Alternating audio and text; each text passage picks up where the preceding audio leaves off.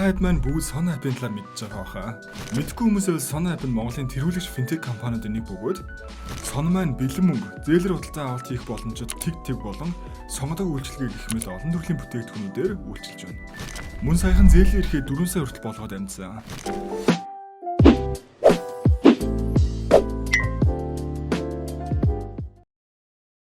Эрик өмгөөлөгчтэйгээ ярилцаж буугаар part 2 маань эхэлнэ.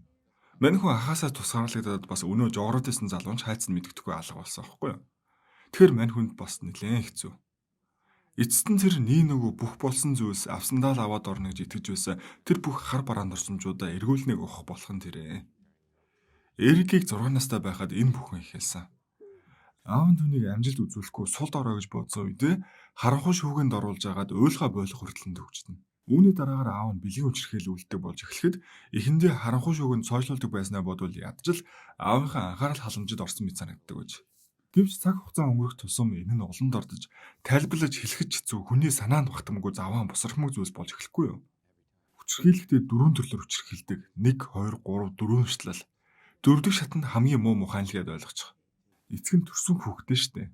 Зарим тохиолдолд Эрикт энэ бүхэн таалагдахгүй байгааг хэлэхэд аав нь яа лайл шиг байж чадахгүй байгаа юм бэ гэж гоочилдог байв. Энэ бүхэн аав нь үхээс хэдхэн сарын өмнө хүртэл үргэлжилжээ. Энэ талаараа анхаасаа өөр хүнд анх удаа л ингэж илэн талангүй ярьж буй болтой тэр өөрөө ирэхгүй л үйл саргалаа. Үүний дараагаар аав ээж хоёрын аав танилцж байсан үед гарнаа. Тэдний гэрэлтийг гэрийнхэн ахын эсрүүцэж байж л дээ. Тиймээс тэд гэрээсээ зогтоод цонхоон гэрэлт хийж цаашд бие биедээ бүхнээ зориулахаа амласан байна. Гэхдээ хожим ээж нь хүүхдүүдээ үзий ядагдлаар гарч тэд бол шимэгчд тийм сэтгэл зүйчтэйгээ ярилцсан суугаа нь харагдана. Лайл түүнийг үргэлж айлгадаг. Бас мөн нөхрийнхөө нууц амгийн талаарч гомдолж байх нь тэрэ. Үүний дараах нь зулсаар болон бэлэг солилцож буй хэсэг гарч байгаа. Аав нь хүүхдүүдээсээ ээжтэй бэлэг бэлдсэн хэсгийг асуухад манай хоёр лав тоосон шинжгүй бэлдээгүй л гэж байна. Өөрөө л их нэртэй машин бэлгэлж байна. Ээж нь бөөн баяр. Хүүхдүүдээр ном бэлгэлэх ба анх Нью-Йоркт ирээд хүнд хэцүү цаг үе байхад наа ном чи миний биби шиг байлаа л гэж захина. Энэхийн хэсэг их сонио. Ингээл нэг гэр бүл мэт бүх муухай зүйлс энэ бүхний ард болж байсан уу үгүй гэдэг тун хачирхалтай. Үзэгдэл солигдож чид орны дараах үйл явдал гарах ба Лайл Эрик хоёр хулгайн хэрэгт холбогдож баривчлагдсан талаар аавд нь цагдаагаас дуудлага ирж байгаамаа. Хоёр хүүхдээ урам хугарсан аав сэтгэл олтой төвчгүй нулимс урсгаалаа. Ингээд энэ хотод манай гэр бүл гэмт хэргийн түүхтэй бас нэр хүндэн сэв суусан тул нүүхэр болоо л явчлаа. Тэгэхээр өөлөд байсан хүүхдүүдэд итгэл алдарсан даа юу? Аль эсвэл минэнэс нэр хүндэн сэвцэндээ юу гэдэг бас санаа. Шинээр нүүж орсон байшин тэдний одоогийн байшин баггүй юу? Энэ үед л аав нь тэдний сэтгэл зүйчтэй анх холбож хүүхдүүдэд аваачиж байжээ. Сэтгэл зүйчтэй уулзч буй үе бол ярих юм биш. Хүүхдүүдийнхээ сэтгэл засалд анхаарах, сэтгэл зүйн сонсох биш аав нь дарамтласаар байгаа л таарж байгаа. Ер нь л энэ гэр бүл асуудалтай. Хитрхи өнгөс нөөрөндөө нэр хүнтэй боддог, асуудлаа тэр бүр шийддэггүй, хамаг зүйлээ мөнгөөр л аргалж гэж бодд юм шиг байгаа. Мөнгөөр аргалж чадахгүйгаас нь харин зүгтаастай.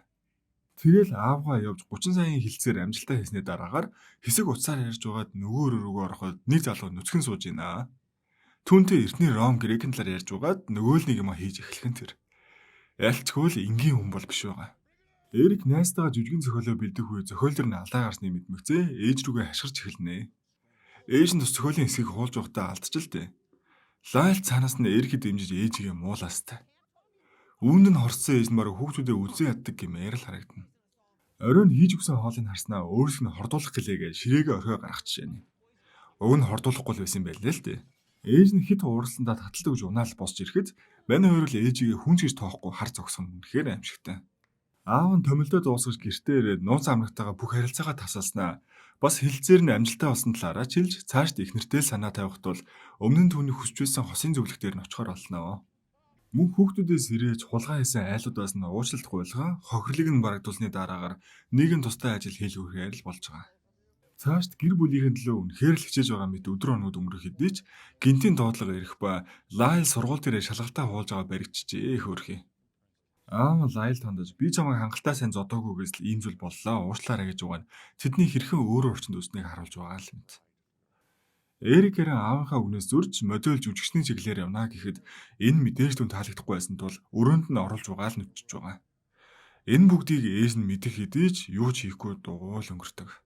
Кино маань ирээд одоо хоёр шилжнэ. Лайл дээр найз өхний эргэлтээр очиж салах болсон тухайгаа хэлэхэд бүх зүйл сайхан болно. Би чамд хайртай учраас аав чамаа хүчинсэн гэж худлаа мэдээлэл өгөх хэрэгтэй л гин. Бусад найзуудтай ч мөн ялгаагүй худал мэдээлэл өгөхийг шаарддаг. Тэнэг хүн байгаа биш. Юугээ шүүх юм нь худал мэдээлэл өгөх үү? Энэ цагаас эхлээд Лайлын ярьж буй зүйлсэд бид итгэхэд бэрх болж өмөөлөгч нарын ч мөн ялгаагүй эргэлзнэ. Лайл хэдийнэ од болж үзэн ядагчдын биш дэмжигчдийн захилаар булуулаастай. Тэр дундаас Норма гэх эмэгтэй захил нүдэнд тусч түүнтэйгээ шоронгийн узар харьцаж эхэлдэг. Түүнд найз өхнөөсөө салах гэж байгаад бол шоронгоос гараад түүнтэй л амьдралаа холбоор болж бүхэл зүйлээ ярилцж байгаа. Эрик маань зарим зүйлсээ зөхөж ирсэн талаараа сэтгэл зүйчтэй хэлсэн учраас Лайлын мэдүүлэг дээр өмөөлөгч нар нь нарийн ажиж эхлэхэд нэрнгээсээ л нэг л авцалдаж өгөхгүй байлаа. Тэгснээ бүр өөлж үлжээснээр зүв зүгээр болсноо нулимсаа арчиж тэр.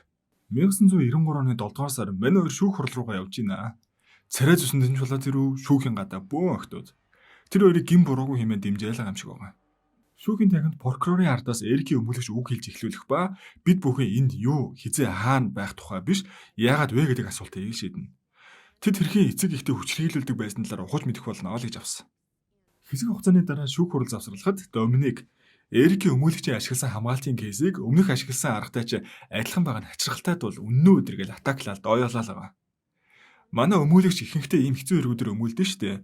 Тийм болохоор ер нь биевтэй хүмүүс түнд ихээ.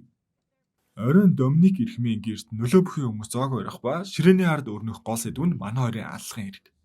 Доминик Эрхмийн хувьд өөртөөгөө бүхэл мэдээллүүдийг ашиглаа манай хоёрыг санаатаагаар ээж аавыгаа хөнөөсөн түнд нь ямар ч хүчирхийлэл хамаагүй гэдгийг л уриалаад байгаа. Нэр нөлөө бүхий хүмүүс тулгарсан байгаад бол цаашд мэдээлэл тарахад ч хурдан байх болохоор л тэр.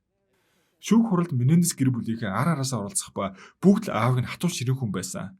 Хүүхдүүдтэйгээ хэрцгий ханддаг байсныг нь ард артаас нь гэрчлэнэ. Тэрч байтугай хүүхдүүдтэйгээ хамт шүршүрт ордог байсан нь хүртэл мэдж байгаа. Шүүх хурлын дараагийн өдөр болж ах トゥ хоёрын мэдүүлэг өгөх ээлж ирэв. Эхлээд ах Лайл нь мэдүүлэг өгч эхлэх ба мэдүүлгийн үеэр асуултад хариулж эхлээд удалгүй нүдэнд нь нулимс дүүрч аав ээжигээ хэрхэн асан талаар ярьдаг. Өмгөөлөгч асуултаа 6 настай үеийн чиглүүлж бэлгийн хүчирхийллийн талаар яриулаа өөлж эхэлтэл танхимд байсан хүн бүрийн сэтгэл шимширхэн зэрэг. Лайл анх удаа шүүхийн танхимд дүүдээ юу хийсэн талаараа хэлж уушлал гооход тангарахны шүүгчнэр бүхэлдээ тэдний талд орж бөөмөд харагдана.